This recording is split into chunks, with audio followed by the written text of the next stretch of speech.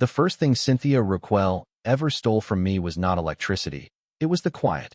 Amberfield Knoll was the kind of suburban cul-de-sac that looked peaceful only because everyone had learned to obey the clipboard before it reached their porch.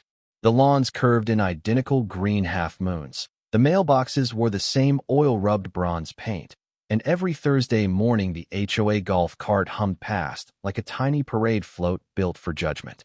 Sprinklers hissed against the hot asphalt, dry oak leaves scratched along the gutters, and somewhere near the clubhouse pool, chlorine drifted through the warm air like a warning disguised as cleanliness. Nobody called it fear. They called it standards. I lived at the far end of Juniper Bend Court, where the street narrowed, the houses thinned, and the afternoon sun hit my roof panels before it touched anyone else's. My name is Lowell Brant, 58 years old, widower, retired, quiet enough that most neighbors assumed I had nothing interesting left to say. They saw the gray work shirts, the trimmed beard, the old pickup, the garage light that stayed on late, and they filed me under harmless. That was their first mistake. I had spent 26 years designing independent power systems for places where failure did not mean inconvenience, where a bad load calculation could darken an entire command trailer in the middle of a storm. But in Amberfield Knoll, I was just the man with the solar battery cabinet behind the cedar fence, the one who kept to himself and did not attend wine mixers. I preferred it that way. Cynthia did not. She was the president of the Amberfield Knoll Homeowners Association, a polished white woman in her mid-50s with silver blonde hair pinned into a perfect knot and red blazers sharp enough to look like uniform pieces. She wore high heels on gravel paths, carried a cream leather clipboard, and spoke in that soft public voice people use when they want cruelty to sound like procedure. If a trash bin stayed visible 6 minutes past pickup time, Cynthia knew. If a porch wreath leaned left, Cynthia noticed. If a resident planted lavender instead of approved dwarf boxwood, Cynthia sent a notice before the bees found it. Power, in her hands, smelled like toner ink. The first notice arrived on a Tuesday, folded into a white envelope and taped to my front door at eye level. The paper was thick, the logo embossed, and the language carried that familiar HOA perfume vague authority, confident punctuation, and no actual law attached. It fined me $247.18 for a reflective battery cabinet visibility fee, claiming my solar backup unit created an inconsistent luxury impression for upcoming community guests. The cabinet sat behind a locked 6-foot cedar fence. It could not be seen from the road. Cynthia had to step off the common walkway, cross the decorative drainage stones beside my locked side gate, and angle herself between two wax myrtles to even glimpse the corner of it. That was not inspection. That was hunting. I read the notice at my kitchen table while the coffee went cold beside my wife's old blue mug. Outside, the sprinklers clicked from one zone to the next. The solar inverter gave its faint steady hum in the utility room, and the late morning heat lifted the smell of fresh mulch from the neighbor's yard. Cynthia's letter said my equipment might distract from the visual harmony of the Amberfield Elegance Gala, an outdoor fundraiser she was organizing near the clubhouse lawn. The gala had already become the neighborhood's favorite unpaid obligation tickets, donation tiers, dress code reminders, volunteer schedules, and a whispered understanding that refusal would be remembered. Cynthia called it community spirit. Everyone else called it easier to comply. At 4:15 that afternoon, I heard heels on the gravel before I heard her knock.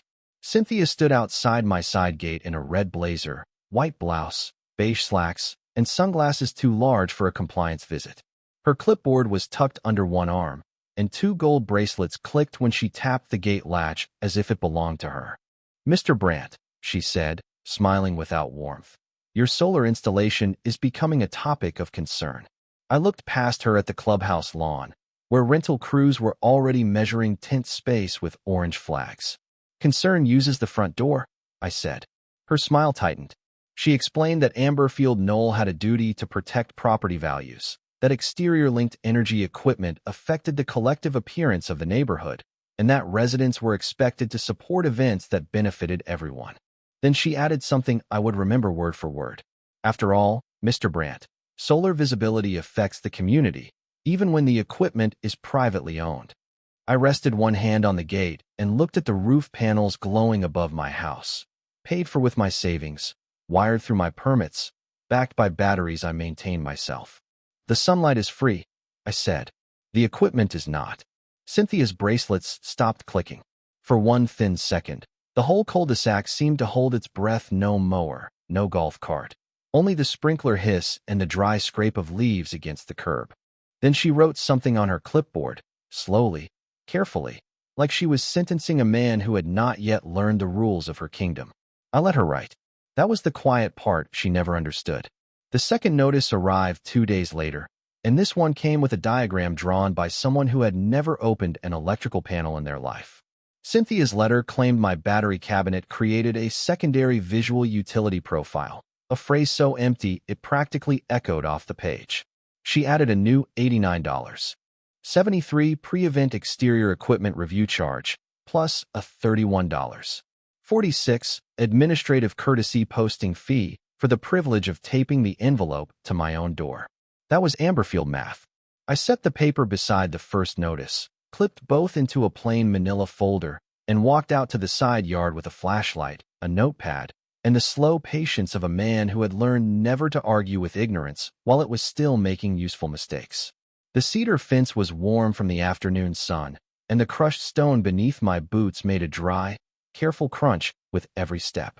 Beyond the fence line, rental workers were unloading white event chairs near the clubhouse lawn, their metal legs clattering against the pavement while a box truck idled and filled the air with diesel and hot rubber.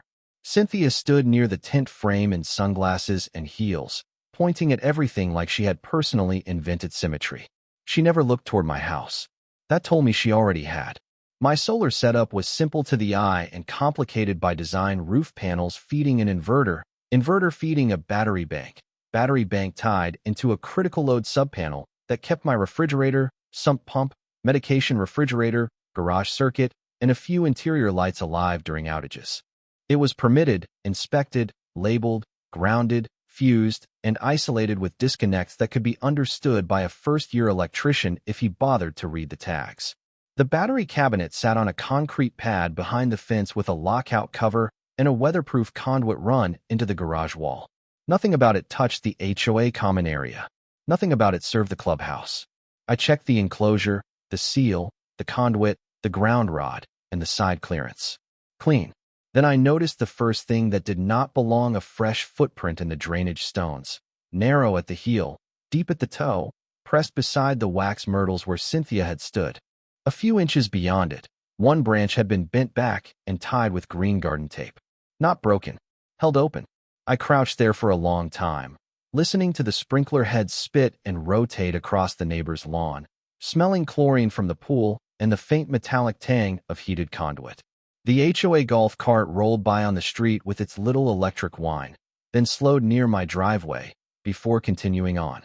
I did not wave. In my old job, you learned that systems failed in layers. First came entitlement, then bad assumptions, then unauthorized access, then a load nobody planned for.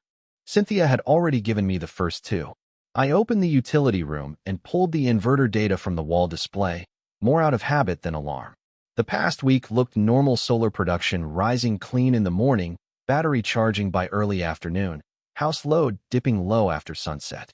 But the next day's forecast on the event schedule told me what she wanted. The Gala would run from 6 to 10, with lighting, sound, outdoor refrigeration, 2 portable bars, and a projection screen for donor names nobody needed to read. A proper temporary power package for that kind of setup would require a permitted generator or a licensed event power tie-in. Cynthia hated paying for things that did not flatter her. I photographed the footprints, the tied branch, the sight line to my cabinet, and both notices with their absurd fees. Then I installed a small motion camera under the rear soffit, angled low enough to catch hands, shoes, tools, and faces near the cabinet without pointing into any neighbor's private window. I added a second camera inside the garage aimed at the subpanel and disconnect. Both recorded to a local drive, time-stamped and redundant. Quiet work is still work. That evening, Cynthia sent a neighborhood email praising shared civic sacrifice and reminding residents that Gala preparations might require temporary access accommodations around community-facing utility areas. She did not name me. She did not have to. I printed the email, highlighted the phrase, and placed it in the folder behind the notices. Outside, the tent lights flickered during a test run, drawing a soft golden glow over the clubhouse lawn. My house stayed still at the end of the cul-de-sac, quiet behind the cedar fence, the inverter humming in the wall like a watch keeping perfect time. Cynthia thought she was preparing a party. I was preparing a record. By Friday morning, Amberfield Knoll had been polished into something that looked less like a neighborhood and more like a showroom waiting for wealthy strangers. A crew pressure washed the clubhouse walkway until the concrete smelled wet and sharp under the sun. Landscapers raked pine straw into perfect cinnamon-colored waves, and white tints rose over the lawn with the soft snapping sound of canvas in a warm breeze. Cynthia moved between them in a cream blouse, red blazer, and heels that sank slightly into the grass, issuing orders with her clipboard tucked against her ribs like a badge. Everyone obeyed the woman with the list. From my kitchen window, I watched the gala take shape while my coffee sat untouched beside the folder that was already getting thick. The event company unloaded uplights, tower speakers, portable bar coolers, a champagne wall, and a projector screen tall enough to make a donor list look like scripture. None of that was unusual for Cynthia. She had a talent for turning community events into public auditions for her own importance, and the HOA board had learned to clap before she looked disappointed. Still, equipment tells the truth. At 11:26, a white utility van stopped behind the clubhouse instead of in the marked vendor area, and two men stepped out carrying a coil of black cable thick enough for serious load. They did not walk toward the clubhouse panel. They walked toward the strip of shrubs behind my side fence, where the wax myrtles made a narrow green tunnel between my property and the common lawn. That was the line. I stayed inside, pulled up the rear soffit camera on my laptop, and watched the first man crouch near the drainage stones with a cable in his hand. The second man checked his phone, then looked toward the clubhouse, where Cynthia stood with one arm raised, pointing not at the tent but at my fence line. He nodded once. Then he slipped behind the shrubs and disappeared from the street's view. My camera caught his shoes first, tan work boots with white paint flecks on the toes. Then his hands appeared near the bottom of the frame, pushing aside mulch, searching along the fence base, testing the locked cabinet, then moving to the conduit run. He did not break the lock. He did something worse and easier. He found the labeled exterior maintenance receptacle beside the battery cabinet, lifted the lockout cover that should never have been opened without owner authorization, and connected a temporary distribution box through an improper adapter. Cynthia had not sent a thief in a mask. She had sent a contractor with bad instructions. I recorded everything. The smell of hot asphalt came through the cracked kitchen window, mixed with cut grass, pool chlorine, and the faint plastic scent of new extension cords warming in the sun. Outside, a golf cart rolled past with two HOA volunteers stacking folded programs in the back seat, laughing like nothing important was happening behind the shrubs. The contractor zip-tied the cable low along the fence, tucked it behind decorative lantern boxes, and ran it toward the tent where the Gala lighting crew was assembling a small control board beneath a white-skirted table. It looked neat. Unauthorized work often does, when people expect no one qualified to notice. At 1 o'clock, my inverter display showed the first test draw a sudden bump, too sharp for a refrigerator cycle, too sustained for a garage outlet, and not connected to anything inside my house. I exported the log as a CSV file, saved a screenshot, and wrote the timestamp in black ink on a yellow legal pad. At 1:37, the load jumped again as they tested the sound system. At 1:42, the battery began discharging despite full daylight and low household demand. Each spike matched movement on the camera. Each movement matched another decision Cynthia would later pretend she had never authorized. I let the graph speak.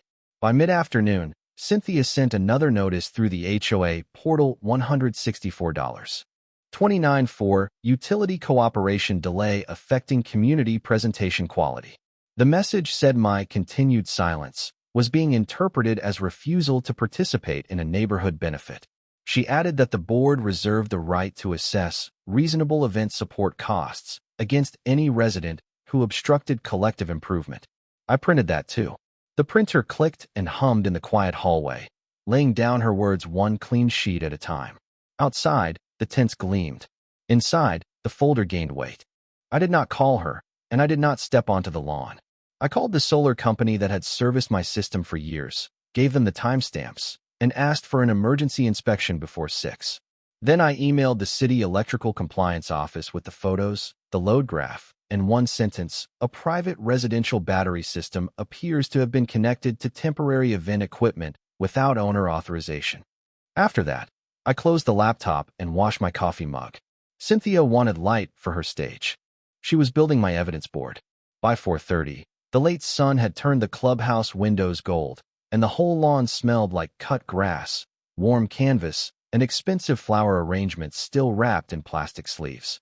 The Gala crew had started testing the uplights beneath the oak trees, washing the trunks in soft amber while a jazz playlist crackled through the speakers and then smoothed itself into polite background music.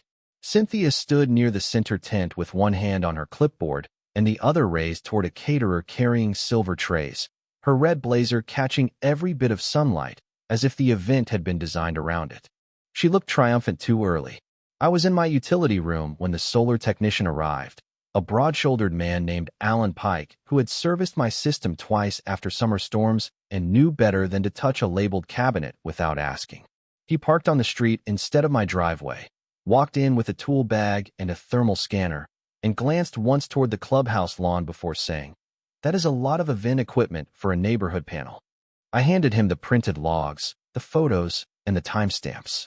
He did not smile. The inverter was still humming in its normal low register, but the display told a different story: load rising in square, artificial steps, battery discharge beginning before sunset, draw patterns matching lighting clusters, and refrigeration cycles instead of household use. Alan opened the garage subpanel, checked the critical load circuits, verified my house consumption, then followed the conduit path outside with the slow concentration of a man reading a sentence written in copper and plastic. The crushed stone clicked under our boots. The wax myrtles shifted in the breeze. Behind the fence, the champagne wall rattled as workers filled it with glass flutes. Alan crouched near the exterior service access junction, saw the disturbed screws, the fresh tool marks, and the black temporary cable tucked too neatly into shadow. He took 3 photos before touching anything. Then he said the words I had expected: unauthorized external load. That was enough. At 5:12, because the city kept an after-hours event safety inspector on call during summer fundraiser season, a white compliance vehicle pulled up near the curb with no siren, no drama, no flashing lights, just a magnetic door seal from the electrical compliance office and a tired-looking inspector named Mara Denon carrying a tablet. She did not march across the lawn or announce herself to the guests arriving early in linen jackets and summer dresses. She came to my side gate, introduced herself, and asked to see the system, the route of the temporary cable, and the notices from the HOA. Paper first, noise later. I gave her the folder. She read Cynthia's phrases in silence: community-facing utility areas, shared civic sacrifice, reasonable event support costs, and broad discretionary authority over exterior-linked energy systems. Her eyebrows rose only once at the last one. "That is not a technical term," she said. "No," I replied. "It is a costume." Mara inspected the exterior maintenance receptacle, photographed the cable, checked the label plate, and confirmed the battery system was permitted as private residential infrastructure, not common utility service. Alan showed her the live load graph and the matching event equipment cycles. At 5:28, the speakers on the lawn boomed with a test announcement, and my inverter registered the draw less than 2 seconds later. The proof arrived on rhythm. Cynthia finally noticed us when Mara stepped closer to the fence line and began documenting the cable path. Her heels came across the gravel walkway fast, sharp, and angry beneath the polite smile she had stapled to her face. She called my name like a warning, then softened her voice when she saw the city tablet. "Mr. Brant, this is a private HOA event, and vendor areas are not open for resident interference," she said. The words were smooth, but her bracelets clicked too quickly. I did not answer first. Mara asked who had authorized the temporary connection to my residential backup system. Cynthia blinked, then gave the kind of laugh people use when a lie needs a few more seconds to assemble. She said the HOA had general access rights for exterior adjacent utility needs during approved community functions. Alan looked down at the labeled maintenance receptacle. Mara looked at the cable. I looked at Cynthia. The silence did most of the work. Then Cynthia made her next mistake. She said, Mr. Brant has been repeatedly informed that his equipment impacts the shared presentation of this neighborhood. Mara asked whether that meant Cynthia had personally directed the vendor to use the equipment. Cynthia's face tightened, just a fraction, but enough. She said she had coordinated access expectations. Alan took one more photograph. I almost admired how cleanly she kept stepping deeper. By 5:45, Mara had enough to issue a written field notice requiring the unauthorized event load to be isolated from my system before continued use. She explained that a private residential battery bank could not be used as temporary event power without written owner authorization, a documented load calculation, approved connection hardware, and the required temporary power permit. Cynthia objected that disconnecting it would ruin the Gala. Mara corrected her gently, continuing it could create overheating, equipment damage, and liability exposure. Liability changed the air. The word moved through Cynthia's face like a shadow crossing a window. Guests were beginning to arrive at the tent now, their shoes whispering over the grass, perfume mixing with the smell of hot extension cords and catered shrimp on ice. Cynthia leaned toward me and lowered her voice. You do not want to be responsible for embarrassing this community tonight. I looked past her at the glowing tents, the donor screen, the bar coolers, the whole little kingdom borrowing current from a house she had fined for existing. I am responsible for my system, I said. Not your stage. Mara handed me the field notice and confirmed that, as the property owner, I could isolate the unauthorized load from my private equipment. Alan stood beside the disconnect, waiting for my instruction. I did not touch it yet. Cynthia still had a speech to give. By 6:15, Amberfield Knoll looked like it had been dressed for a magazine spread and wired by someone hoping no qualified adult would ask questions. The tents glowed soft gold against the deepening blue sky. The bar coolers hummed beneath white linen skirts, and the donor screen near the oak trees displayed a rotating slideshow of smiling residents beside unreadable sponsor plaques. A string quartet had been replaced by recorded jazz because Cynthia liked the idea of refinement more than the cost of hiring it. The speakers drew from my batteries while the lawn filled with music. I stood inside my garage with Alan near the disconnect and Mara Denton reviewing her notes on the tablet, while outside, guests laughed under lights that should never have been connected to my system. Ice clinked in glasses, heels pressed into the grass, and the smell of shrimp cocktail, perfume, and warm electrical insulation drifted together in the heavy evening air. Cynthia had recovered her public face by then. She moved through the crowd with her clipboard gone and a champagne flute in its place, greeting couples by name, touching elbows, tilting her head toward the donor screen whenever someone complimented the lighting. Every few minutes, she glanced toward my fence line. Not with fear yet, with irritation. That was the last stage before fear. At 6:22, my phone buzzed with another HOA portal message, sent while Cynthia stood 30 yards away pretending nothing was wrong. The subject line read, "Final courtesy warning prior to event disruption assessment." The fine amount was $412.86, labeled as a resident-caused atmosphere stability risk fee, and it accused me of creating uncertainty around an approved community function. There was also a threat to charge me for any vendor delay, guest inconvenience, or reputational harm to Amberfield Knoll arising from non-cooperative energy conduct. I showed it to Mara. She read the message once and gave the kind of small sigh inspectors reserve for people who confuse titles with authority. Save that, she said. I already had. The trap did not need decoration. At 6:30, Cynthia climbed the small stage beneath the center tent, where two rented uplights made her red blazer look brighter than the flowers behind her. The microphone squealed once, then settled into a clean, amplified warmth that rolled across the lawn and bounced off the clubhouse windows. My inverter display answered with another sharp load step. Alan looked at the graph. Mara looked at me. I watched Cynthia lift her glass as if she had purchased the evening itself. "Neighbors," she began. "Tonight is about unity, responsibility, and the shared beauty we protect together." The crowd quieted, programs folded in laps, forks paused over tiny plates of food no one had wanted to pay for. Cynthia smiled wider. "In Amberfield Knoll, we all contribute to the light we share." Alan's hand hovered near the disconnect. I nodded once. At my instruction, and with Mara's field notice already in hand, Alan isolated the unauthorized load from my private system with a clean mechanical click that sounded, in the garage, no louder than a cabinet latch. Outside, it landed like a verdict. The donor screen went black first. Then the jazz cut off mid-note. The uplights under the oak trees died in a ripple. The bar coolers fell silent, and the champagne wall lost its little backlit glow. Half the tint stayed visible only because the sunset had not fully drained from the sky. For one long second, nobody moved. Then came the murmurs. A glass tapped too hard against a table. Someone laughed once, nervously, and stopped. The Gala had not exploded into chaos. It had simply lost the borrowed illusion that made Cynthia look powerful. That was worse. Cynthia stood frozen at the microphone, her smile still trying to do a job her eyes had abandoned. She tapped the mic. Nothing. She turned toward the vendor table, then toward the clubhouse, then finally toward my fence, where Mara, Alan, and I were already walking along the gravel path with the field notice in hand. My boots made a slow crunch against the stones. Cynthia came off the stage fast enough that her heels sank into the grass and twisted, forcing her to catch herself on the edge of a linen-covered table. The guest saw it. She straightened immediately, but dignity once dropped does not return clean.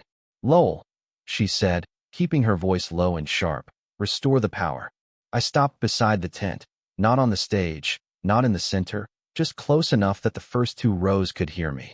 No, the single word carried better than her microphone. Cynthia's face flushed under the remaining daylight. She accused me of sabotaging a community event, of humiliating volunteers, of undermining the neighborhood's charitable work. She said I had chosen selfishness over civic pride. She said the board would hold me financially responsible. Each sentence sounded like it had been printed before she spoke it. Mara stepped forward and identified herself as electrical compliance. Alan opened his tablet and showed the live system report, the load graph, the timestamps, and the external draw ending at the exact moment the lights failed. The crowd leaned in without meaning to. Evidence has gravity.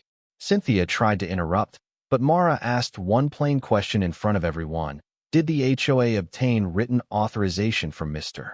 Brant to connect temporary event equipment to his private residential battery system? Cynthia looked toward the board treasurer, then the vendor manager, then the dark donor screen. Nobody rescued her. I handed Mara the printed notices, including the $412.86 fee Cynthia had sent minutes before her speech. Mara read the phrase, "non-cooperative energy conduct," aloud, carefully, as if testing whether it could survive outside an HOA portal. It could not. A few guests whispered. One man near the bar actually took a step away from Cynthia, as if her authority had become something contagious. Cynthia said the connection was a misunderstanding. Alan pointed to the cables zip-tied along my fence, the disturbed junction screws, and the matching draw pattern from the event equipment. Mara added that continued use had presented an unauthorized load and potential fire hazard, and that the property owner had acted within his rights to isolate his system. I looked at Cynthia then, not angry, not satisfied, just tired of the performance. "I didn't shut down your party," I said. "I disconnected an unauthorized, unpermitted load from my private electrical system." The sentence moved through the tent slower than the blackout, but it lasted longer. Cynthia's mouth opened, then closed. Around her, the guests began turning, not toward the dark lights, but toward the woman who had needed stolen power to stand in them. The first thing that returned after the lights went out was not the music, but the sound of people understanding. Chairs shifted under the tent, shoes whispered through the grass, and the little polite noises of a luxury neighborhood gathering turned into something heavier, something watchful. The sunset had slipped lower behind the clubhouse roof, leaving Cynthia in a dim amber wash that made her red blazer look less like authority and more like a warning flare nobody wanted to stand near. Her kingdom had gone quiet. Mara Denton did not raise her voice, which made every word harder for Cynthia to dodge. She asked the vendor manager to identify who had instructed his crew to route power from the residential fence line, and the man looked at his clipboard, then at Cynthia, then at the dead donor screen, as if the answer might appear there and save him. He admitted the route had been marked that morning by an HOA representative and described as approved exterior access. Cynthia's jaw tightened so sharply I could see the muscle move from 10 feet away. Paper was beginning to speak. Alan crouched near the hidden cable and peeled back the decorative lantern box the crew had used to conceal it, revealing the zip ties, the temporary connector, and the black line running across the border between common lawn and my property. A woman in a pearl necklace gasped softly, not because the cable was dramatic, but because it was ordinary. It was not a mysterious legal concept or a board interpretation or one of Cynthia's polished phrases. It was a cable. It crossed a line. Mara photographed the connector, the junction screws, the warning label, and the event equipment still plugged into the temporary board under the linen table. The flash from her tablet lit Cynthia's face in quick white bursts. Each one took something from her. Cynthia tried to recover by turning to the crowd. She said the gala benefited everyone, that community infrastructure required flexibility, that she had acted under the HOA's duty to preserve property values. The words were familiar enough that some residents almost nodded out of reflex. Then Mara asked whether property values gave the HOA authority to draw from a private battery bank without written permission, load calculation, or a permitted temporary connection. No one nodded after that. I stood beside Alan with my hands in the pockets of my work jacket, smelling warm grass, cooling asphalt, and the sour electrical odor from a cable that had carried more than it should have. My wife used to say silence made dishonest people nervous because they could not tell where the judgment was coming from. Cynthia kept looking at me as if waiting for anger she could use against me. I gave her none. The treasurer, a thin man named Douglas Vane who had always looked uncomfortable beside Cynthia, stepped forward with his palms half raised. He said perhaps the board could resolve the matter after the event, maybe authorize a reimbursement, maybe discuss intent at the next scheduled meeting. His voice trembled on the word intent. Mara reminded him the field notice required the unauthorized connection to remain isolated and the temporary event system to be removed from my property immediately. Alan added that my battery bank would need a full diagnostic cycle after sustaining unplanned external discharge. The vendor manager said that would create additional labor charges. Cynthia snapped at him to stop talking. Too late. A neighbor near the bar asked how much of the evening had been powered by my system.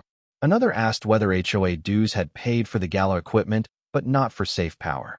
A third, Mrs. Albright from the corner lot, wanted to know why residents had been threatened with special assessments for event support costs if the event budget was supposedly complete. Questions spread faster than light. Cynthia lifted her clipboard like she missed having something solid between herself and the people. She announced that the discussion was becoming unproductive and that all residents should return to the tent while the board handled technical misunderstandings.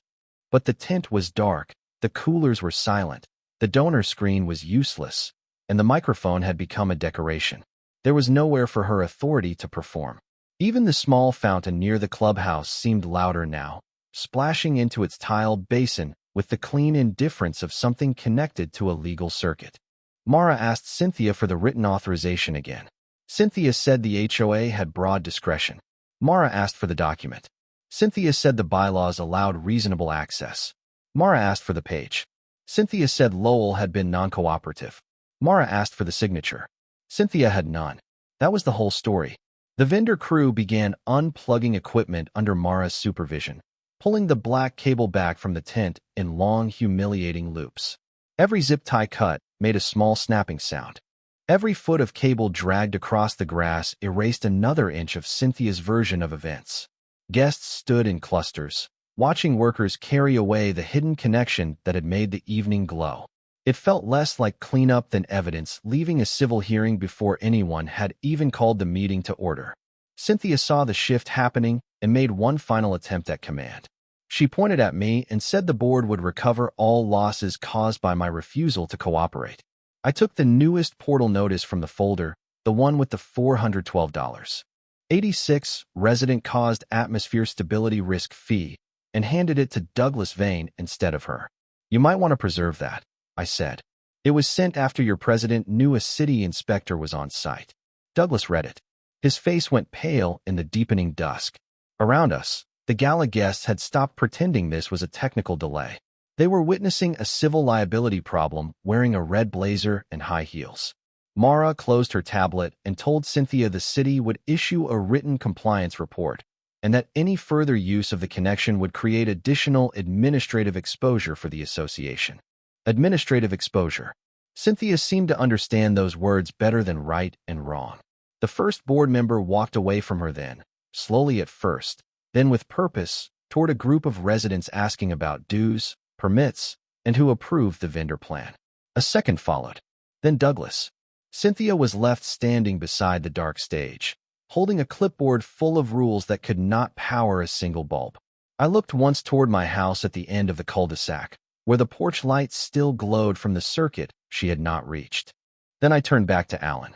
"Run the diagnostic," I said. "I want the report clean." By the next morning, Amberfield Knoll had the strange, embarrassed stillness of a place that had hosted a spectacle and woken up to invoices.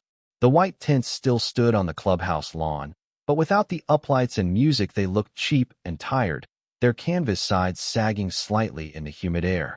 Plastic cups rolled near the flower beds, a crushed program lay in the gutter, and the sprinklers ticked across the grass as if they were washing away evidence nobody had agreed how to discuss. Cynthia's gala had ended in whispers. I made coffee before sunrise and watched the first HOA golf cart crawl past my house slower than usual, its tires making a soft electric hum against the asphalt. Nobody waved from it. In the garage, Alan's diagnostic equipment had run through the night, cycling the battery bank, checking heat signatures, logging discharge irregularities, and testing the inverter for stress events caused by the unauthorized draw. The report printed at 7:12, 23 pages long, with charts cleaner than any speech Cynthia had ever given. Damage did not need drama. By 8 o'clock, Mara Denton emailed her preliminary compliance summary. It confirmed that temporary event equipment had been connected to a private residential battery system without written owner authorization, without an approved temporary power permit, without a documented load calculation, and without proper connection hardware. It did not accuse anyone of a crime. It did something more useful. It created a civil record with dates, photos, load data, and named responsible parties. I printed 2 copies and placed one in the folder beside the notices. $247. $18 for the battery cabinet, $89. $73 for the exterior review, $31. $46 for the posting fee, $164. $29 for utility cooperation delay, and $412. $86 for atmosphere stability risk. The numbers looked ridiculous in a row. They also looked intentional. At 9:30, Douglas Vane knocked on my front door, not the side gate, which told me the board had already started learning. He wore a pale blue shirt with the sleeves rolled up and carried no clipboard. Behind him stood Mrs. Albright from the corner lot and Samuel Price, a retired accountant who had spent years being ignored at meetings because he asked what Cynthia called tone-disruptive questions. They looked uncomfortable, but not hostile. That mattered. I opened the door and waited. Douglas cleared his throat and said the board needed copies of any documentation related to the incident, including Cynthia's notices, the vendor connection, the compliance report, and the system diagnostic. I asked whether this was a formal request or damage control. Mrs. Albright looked down at her shoes. Samuel said, "Both, probably." Honest answers are rare in HOA business. I invited them no farther than the porch, not out of rudeness, but because boundaries had become the point. The morning air smelled like wet grass, leftover catering grease, and the faint chlorine from the clubhouse pool beyond the roofs. A landscaping crew raked around the tent stakes while pretending not to listen. From the clubhouse lawn came the clack of metal chairs being folded, each snap carrying across the cul-de-sac like a small verdict. Douglas explained that several residents had demanded an emergency board review after seeing the cable removed from my fence line. Others wanted to know whether HOA funds had paid vendors who used unsafe power. Mrs. Albright said 3 homeowners had come forward overnight with their own notices from Cynthia, each built on the same logic: vague authority, strange fees, and threats of liens for noncompliance. A pattern has a sound when it finally breaks. I handed Douglas a duplicate folder I had prepared before he arrived. Inside were printed logs, still frames from the rear camera, the portal messages, Cynthia's emails, Alan's diagnostic summary, and Mara's preliminary notice. On top, I placed a 1-page timeline with no adjectives. Cynthia find the equipment. Cynthia referenced community-facing utility areas. Vendor crossed property line. Load increased. City compliance observed unauthorized connection. Owner isolated private system. It was boring by design. Boring survives meetings. Douglas opened the folder and stopped at the email where Cynthia had claimed broad discretionary authority over exterior-linked energy systems. Samuel leaned in, read it once, and gave a dry little exhale that almost became a laugh. Mrs. Albright's face tightened, but her voice stayed calm. She told me Cynthia had used the same phrase when warning her about a wheelchair ramp after her hip surgery, calling it mobility hardware affecting curb harmony. There it was, the real shape of the thing. My solar cabinet had only been the loudest target. Cynthia had built a kingdom out of people too tired, too polite, or too alone to fight over language. I thought of my wife then, of how she used to leave the porch light on for neighbors walking dogs after dark. She would have hated Cynthia's cruelty more than the theft. At 10:15, Cynthia appeared at the far end of the street in her golf cart, red blazer already on, sunglasses hiding whatever kind of night she had endured. She slowed when she saw Douglas on my porch.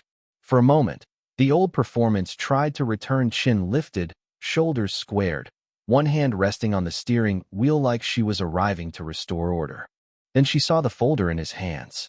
The cart rolled to a stop. Nobody moved toward her. That was new. Douglas closed the folder and said the board would be convening an emergency session that afternoon, with the city report and vendor contract on the agenda. Cynthia called out that no board action could proceed without presidential review. Samuel answered from my porch, clear enough for the landscaping crew to hear, "The president is part of the review." The street went quiet except for the sprinklers. Cynthia's mouth tightened into the smile she used before punishment, but this time there was no notice ready, no fee code, no microphone, no borrowed light. She looked at me, waiting for me to gloat. I simply picked up my coffee from the porch rail and took one slow sip. The house behind me hummed on its own power. The emergency board session took place at 3 o'clock inside the Amberfield Knoll clubhouse, where the air conditioning worked too hard and the room still smelled faintly of last night's flowers, furniture polish, and embarrassment. The folding chairs were filled before the meeting began, not with the usual 6 residents who came to complain about landscaping, but with half the cul-de-sac, 3 vendors, 2 board members who had avoided eye contact for years, and a row of homeowners holding their own envelopes from Cynthia's office. Outside, the remaining Gala tents were being dismantled in the heat, metal poles clanging against the truck bed like someone taking apart a stage set after the actor forgot her lines. This time, everyone stayed to watch the paperwork. Cynthia sat at the head of the table in her red blazer, sunglasses removed, hair pinned perfectly, clipboard centered in front of her as if symmetry could restore authority. Douglas Vane sat to her right with my folder, Alan's diagnostic report, and Mara Denon's preliminary compliance summary stacked in separate piles. Samuel Price had brought a legal pad, a calculator, and the expression of a man who had waited years for numbers to become social. Mrs. Albright sat in the front row with her cane across her lap and 3 violation notices folded inside a plastic sleeve. I sat near the back.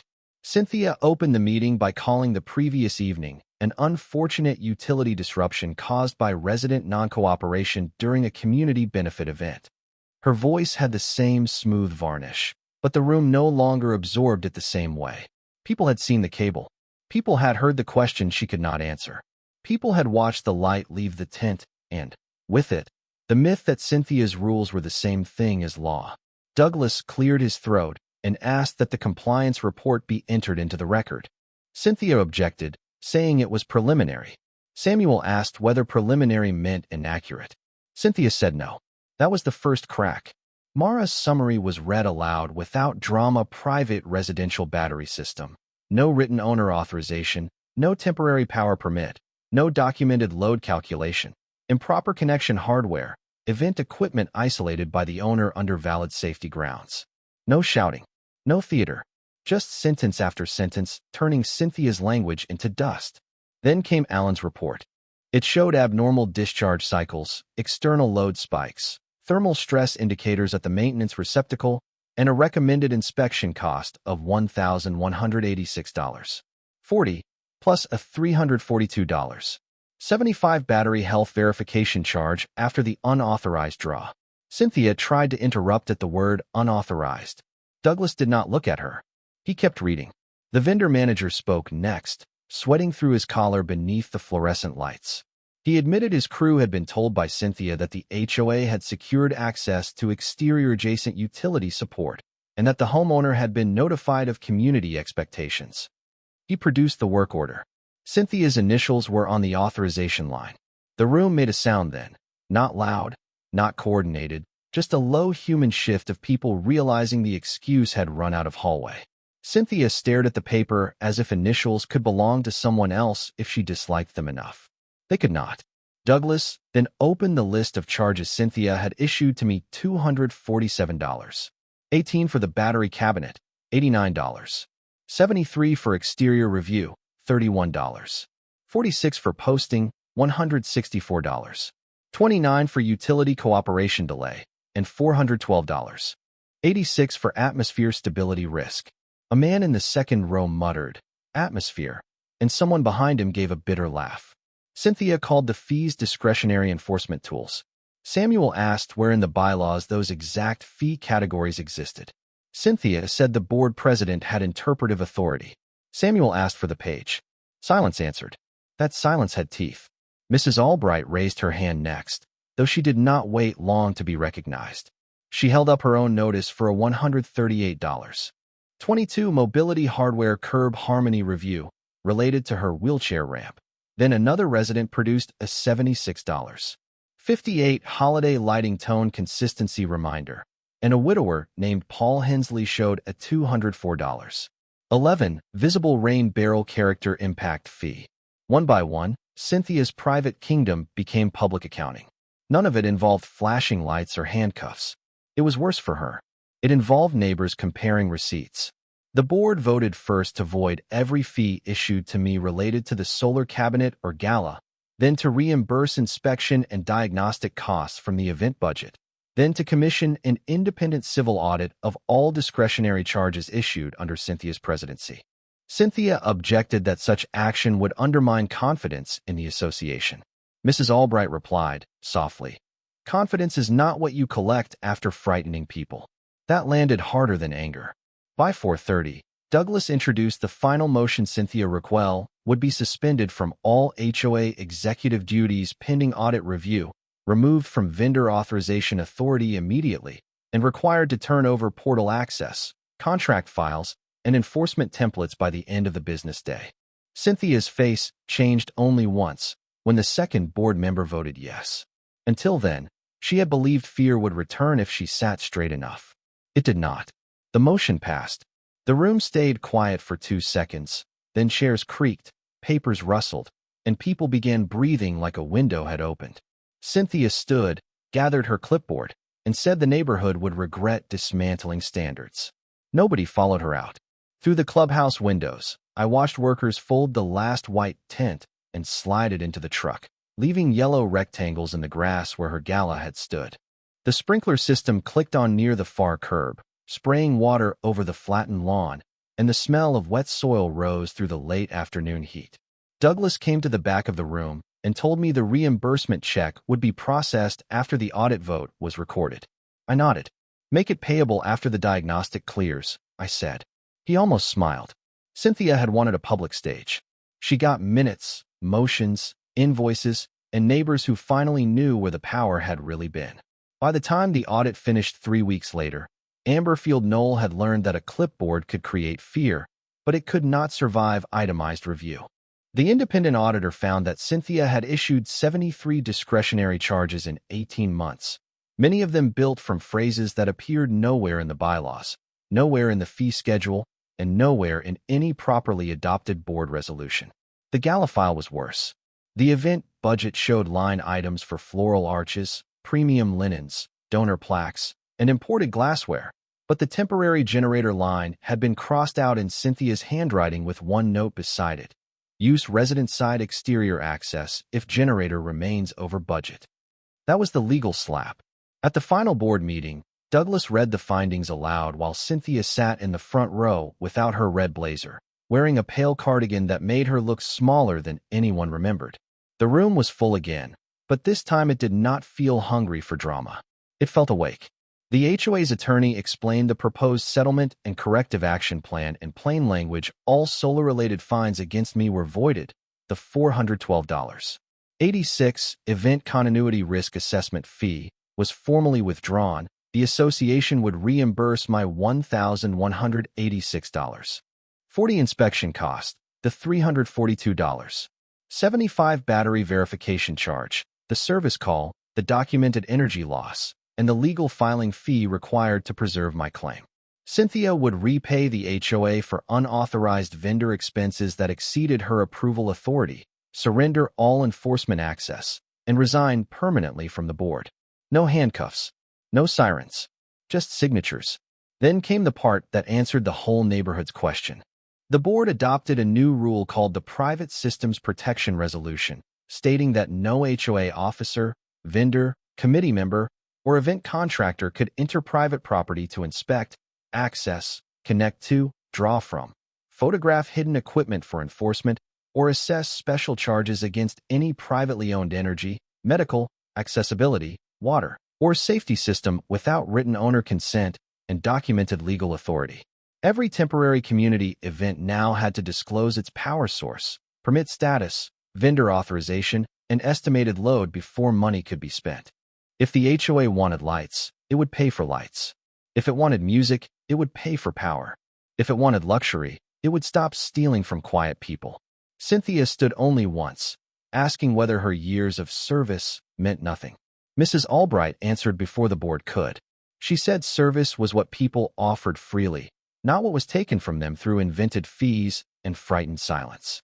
Nobody clapped, because the sentence did not need applause. It only needed to be true.